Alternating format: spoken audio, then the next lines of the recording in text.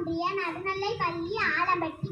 நான் காமராசரை பற்றி பேச போகிறேன். காமராசர் அவர்கள் 1903 ஜூலை 15 விருதுநகரில் பிறந்தார். இவருடைய பெற்றோர் குமாரசாமி மற்றும் சிவகாமி அம்மையார். காமராசர் கல்வி வளர்ச்சியாக ஆற்றிய பணியை போற்றும் வகையில் இந்த நாள் கொண்டாடப்படுகிறது. காமராசர் 1954 முதல் 1963 வரை 9 ஆண்டுகள் முதல்வராக பணியாற்றினார். காமராசர் நிறுவனங்கள் மூடப்பட்ட 6000 பள்ளிகளையும் திறந்தார். மேலும் 12,000 புதிய பள்ளிகளையும் திறந்தார். இலவச கல்வி, இலவச மருத்துவ திட்டங்களை கொண்டு வந்தார். ஜாதியை வெடி பாப்பா, ஏற்ற சாதி களைய சீருடை திட்டம் கொண்டு வந்தார். தொழில்துறை, அணைக்கட்டுகள், மின் திட்டங்கள் போன்ற பல திட்டங்களை தொடங்கி வைத்தார். இதனால் காமராசரின் ஆட்சி காலம் தமிழகத்தின் பொற்காலம் என்று அழைக்கப்படுகிறது.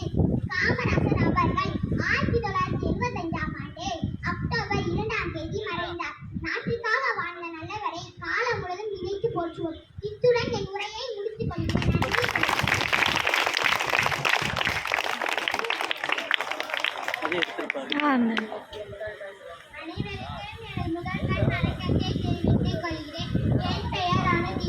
ஊராட்சி ஒன்றிய நடுநிலைப் பள்ளியில் 4ஆம் வகுப்பு படிக்கின்றேன். மாபெரும் சபையிலே நான் பேச வந்திருப்பதோர் சரித்திரத்தை பற்றி. கிராமங்கள் தோறும் பள்ளிக்கூடம் சரித்திர நாயகனை பற்றி, ஏழையின் பங்காள கர்மவீர காமராஜர் பற்றிய பேச்சு. தோன்றி புகழோடு தோன்றுக என்று குரலுக்கு பற்றிய காமராஜ் அவர்கள் 1903 ஜூலை 15 விருதுநகரில் பிறந்தார். உடைய தந்தை பேர் குமாரசாமி, தாயார் பேர் சிவகாமி அம்மையார்.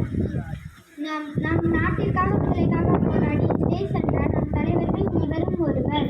காமராஜ் அவர்கள் 1954 முதல் 1963 வரை 9 ஆண்டுகள் தமிழக முதலமைச்சராக பயணம் சென்றார். இதனால் கல்வி கண் திறந்த காமராஜர் என்று அழைக்கப்படுகிறது. தொழில்துறை, அணைக்கட்டுகள், முன் திட்டங்கள் போன்ற பல திட்டங்களை தொடங்கி தமிழகத்தை வளப்படுத்தினார்.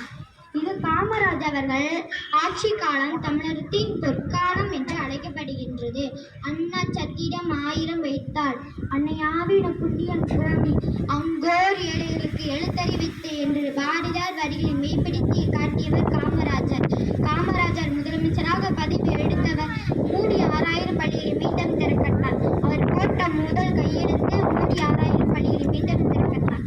பசி வந்தால் கத்தும் பறந்து போகும், குழந்தை வயிற்றில் பசி வந்தால் காதில் பாடம் எப்படி ஏறும் என உணர்ந்து தாய் உள்ளம் கொண்ட வந்த திட்டம்தான் மதிய உணவு திட்டம். இத்தனை அதிகாரங்கள் இருந்தும் அவர் தனக்கென சேர்த்த சொத்து சில கதர், வேட்டிகள், சட்டைகள், சில புத்தகங்கள் மட்டும்தான். காமராஜர் நம்மிடம் ஏற்றி வைத்த கல்வி கடல் இன்னும் எரிந்து கொண்டிருக்கின்றன. அந்த கட்டி எழுப்பிய அணைகள் இன்னும் நிறைந்து கொண்டிருக்கின்றன. அந்த மாமனிதன் புகழ் இந்த பூமி உள்ளவரை நிலைத்திருக்கும். நன்றி.